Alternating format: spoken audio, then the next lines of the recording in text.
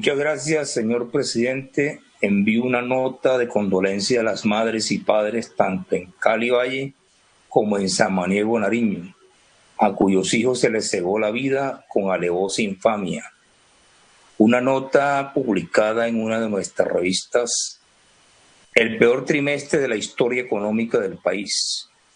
La economía se desplomó en el segundo semestre por cuenta de la pandemia.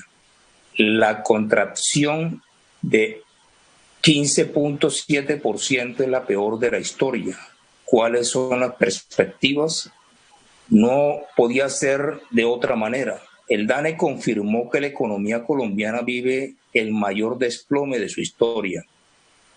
La caída del 15.7% del Producto Interno Bruto del segundo trimestre de este año, que ha sido el más agresivo para la economía. Pues un resultado de esta magnitud no se veía desde hace 90 años, cuando en 1930 ocurrió la Gran Depresión, y ratifican los enormes costos que han tenido la pandemia y las medidas de confinamiento para el país.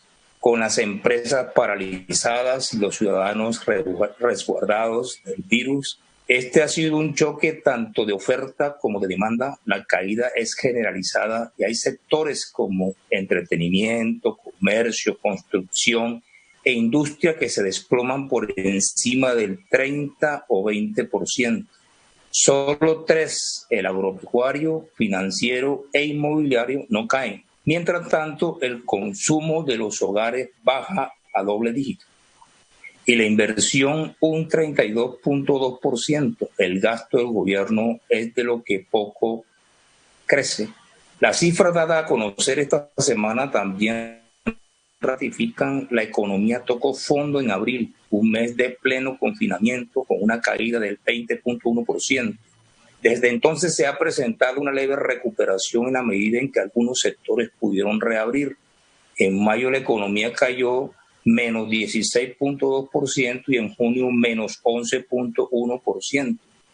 Con esto el crecimiento del país bajó el menos 7.4% en el primer semestre del año, gracias al impulso que llevaba en los primeros meses.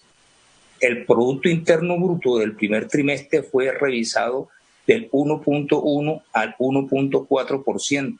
No obstante, se requeriría un buen repunte de la segunda parte del año para cumplir con los pronósticos del gobierno de una contracción económica del menos 0.5% en el 2020. Para muchos esto parece cada vez más complicado. Sonido para el senador Eduardo Pacheco, por favor.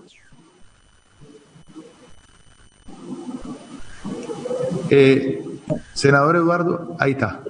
Incluso el propio Banco de la República redujo sus estimaciones de crecimiento a un rango entre el menos 10% y el menos 6% en un escenario central de menos 0.85%. La cifra está por debajo del promedio actual del mercado y del Fondo Monetario Internacional, que prevé una caída de menos 7.8%. Sin duda, a manera de conclusión, será la mayor crisis del país en su historia. La profundidad dependerá del comportamiento de la pandemia y de las medidas para enfrentar sus consecuencias económicas, pero también depende del compromiso de todos, sin distinción partidista, ideológica, política y económica.